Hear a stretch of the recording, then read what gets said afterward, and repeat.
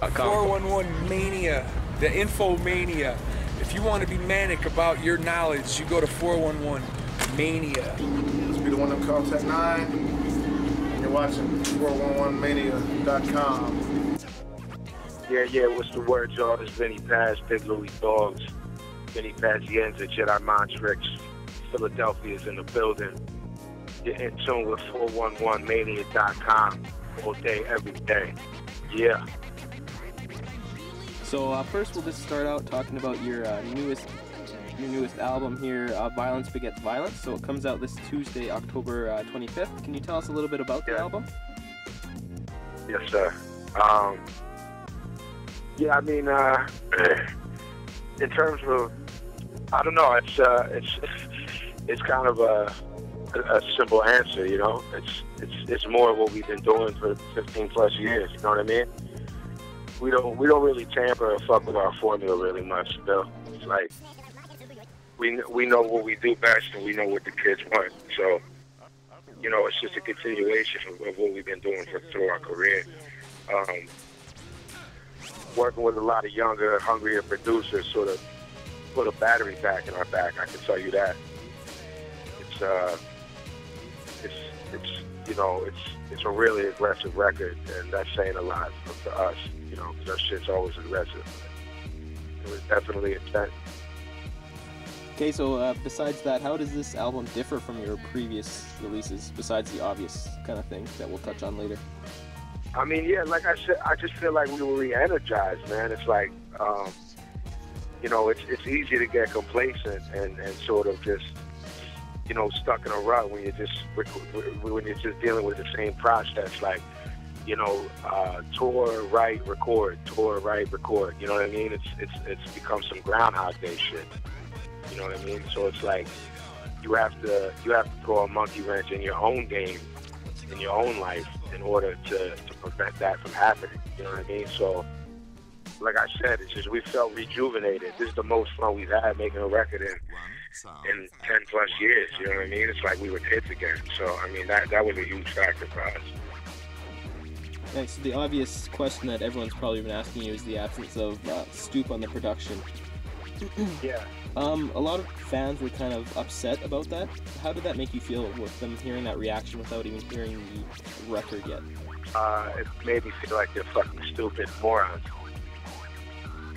The fact that we live in a day and age where the internet has given a voice to the voiceless and to any fucking wannabe critic or a person that can critique my shit is sort of obnoxious to me.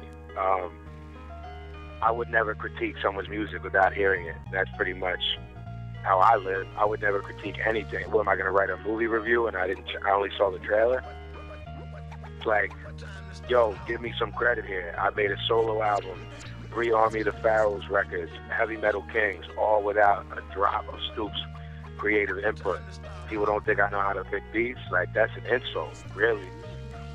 Do I understand concern? There's a difference between concern and criticism and just being an asshole about it. You know what I mean? Of course I understand people being like, oh, damn, that sucks, or, you know what I mean? But it's like, ironically, the questions come to me when I wasn't the one responsible for what had happened.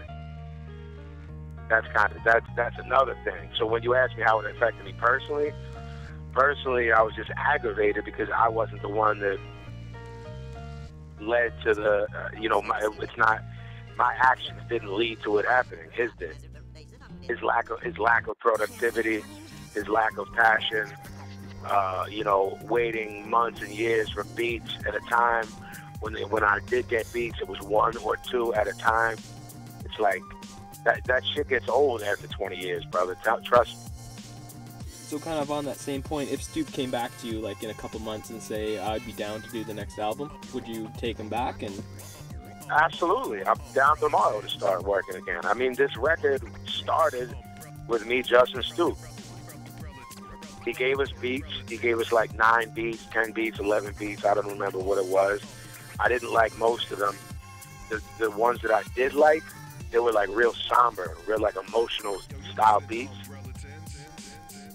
So I didn't want to get my feet wet with a new record on like 2 sad concept songs, you know what I mean? So I was like, yo, these are dope. Let's put them in the tuck. You know, I'll tackle these later conceptually towards the end of the record. You know what I mean? And I don't remember the exact order of events. Either I had some beats that I didn't like, or he gave me a couple more after that I didn't like.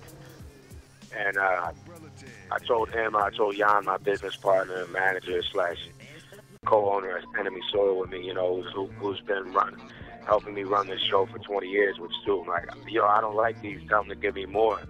And it was like 2 months, 3 months, 4 months, and we had heard nothing. So there comes a time in every man's life where you come to the fork in the road, and which way do you go? You know what I mean? I'm like, I'm not waiting another 18 months just to get beats. Then I have to write to them, then I have to record them, then I have to mix them down. You know what I mean? It's October 2011, and our record's coming out. These kids wouldn't even be hearing the record for another 2 years. So I was like, yo, I've been working with kids who are incredible, you know, and had to make the very difficult decision, like, fuck it, we're going to keep it moving. One monkey don't stop the show.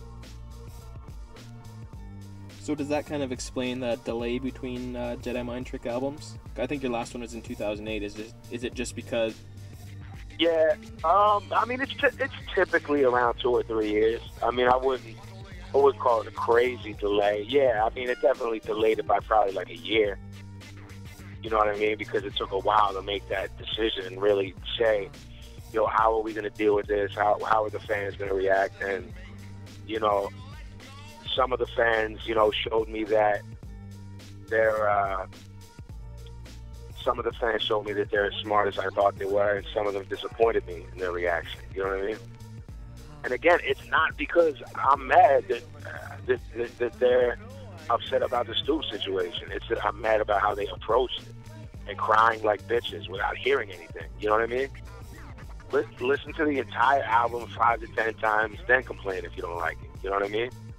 But give me the credit of having a 15-year career of making good music before you critique my move, you know what I mean, or my decision. That's how I... So since 2008, you've you stayed active.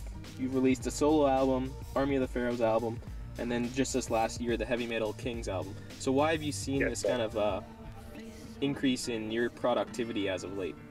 I mean, the Pharaoh stuff was just long overdue, you know, and you know, I executive produced them, but I love listening to beats, picking good beats. But in terms of productivity with them, it's much less pressure of me on me as an MC because I have so many talented people in the group. You know what I mean? So it made those, you know, really easy and fun to record. And I honestly owe a lot of rejuvenation and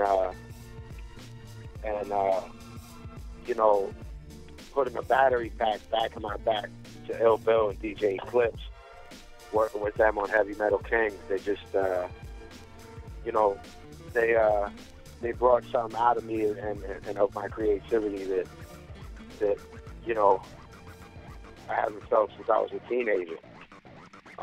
Working with them and the excitement around that record and fan reaction to the record, and a lot of people saying it was the best record of the year and things like that, you know? It's like sometimes an artist needs that, man, you know what I mean? To not feel stagnant, you know what I mean? Or feel like it's the same old. So I feel like, you know, I did the Pharaohs, the Heavy Metal Kings, my solo record. It's like the most, you know, productive, you know, 24 to 30 months of my life, you know? And now this new Jedi record too. So it's like, I just feel good, man. I feel like, you know, it's funny. It's like, but it's on some, like, I actually feel like I'm getting better as I get older, which is a rarity, you know what I mean? So I'm just happy about that. So not looking too far into the future, but have you thought about your next solo album at all? Yeah, I'm already like 6 songs deep, brother. Yeah, I'm working with No rest for the wicked. I'm working with DJ Premier, the Beat Miners, Psycho Les from the Peanuts. Yeah, man, it's gonna be crazy. So yeah, I'm like 6 songs deep, you know, but I'll get back to work on that after, you know, this album drops in the touring process and all that, you know what I mean? Because that's about to hit, and that's gonna be crazy. Okay, speaking on your career overall, so you've managed to sell something like 400,000 records independently? Yeah, I think we've done like 500,000 units by now, man, you know what I mean? Probably 500,000. How have you been able to be so successful back in a time before the internet? I mean, I just think it's tenacity, man. I think it's like the way I was raised, you know, don't take no for an answer. You know, that's how my mother raised me. Like, don't allow people to dictate what you do and how you feel and the type of shit you want. I think it's like the fact that we never really, you know, made any attempt to, you know, cross over and make a pop record and things like that. I think people respect that, you know what I mean? So it's like we've been able to sustain the career that we have because of that, you know what I mean? And I'm proud of that. So how do you feel the internet has changed the music industry? So basically, back when you first started, it was really hard to put out a record. Now pretty much anyone can put a single up on iTunes. How do you think the internet has changed the music industry? Absolutely, man. It's literally the dictionary definition of a double-edged sword. I mean, the things it allows you to do are mind-boggling. You know, but it's the gift and the curse. You just said it perfect. It's like, yo, any kid can buy a laptop and a $300 microphone, and all of a sudden he's a rapper. So it's like, you know, it's given a voice to a generation of terrible musicians, but it's also helped independent artists have a direct line to the fans, you know what I mean? And easy communication with the fans and the ability to, like you said, I mean, now I can record a song, mix it down in the same night, have it up on my website. That's something that was literally, like, how do I word it? I mean, that was unthinkable when I was coming up, you know what I mean? So will you always kind of release a physical copy of your album? I think with most of your records, you release them on vinyl as well. As we move more into man, I don't care. Yeah, as we move more into the digital age, will you always put out vinyl? Will you always put out a CD? Like, do you enjoy giving that to the fans? Absolutely. I mean, I'm a collector myself, you know, hip-hop records, metal records, hardcore and punk records, so it's like that's something I can never not do, you know? So you guys, do you have a tour planned to support your album, and when does that start? Yeah, we're touring the U.S.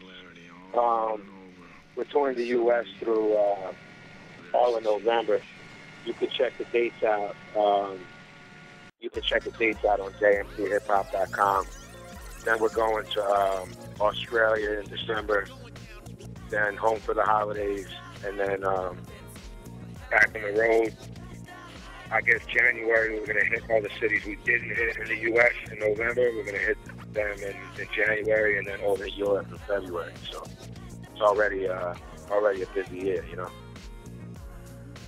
So we had the BAT Awards and the cyphers. If you could pick any 5 other rappers to join you in a cypher, who would you pick? Other 5 rappers, they have to be alive? Dead or alive, doesn't matter. Cool G Rap, Big Pun, Big L, Ransom, and let me think here who the last one would be. Maybe Jay-Z. All right, that's all I had. Questions for you. Thanks for your time. Thanks, man. I appreciate it.